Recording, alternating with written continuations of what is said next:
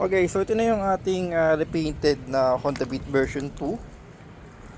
Ayan, so syempre original color pa rin siya, which is the white. And then with a touch of pink, no?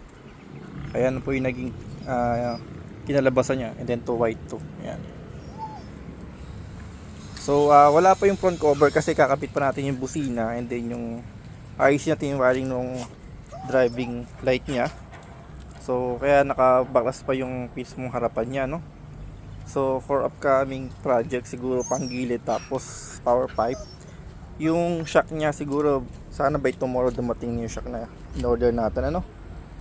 So yan, for now ito lang muna, no? So combination siya ng white and pink. So shout out kay Mark Neri, ano? Yan, Galawang San Isidro po. Siya po ang gumawa ng ating paint job dito, no?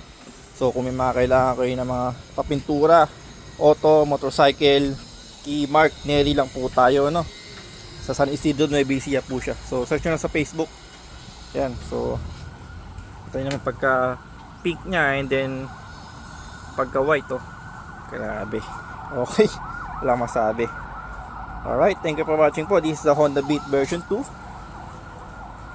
with the color combination of white and pink.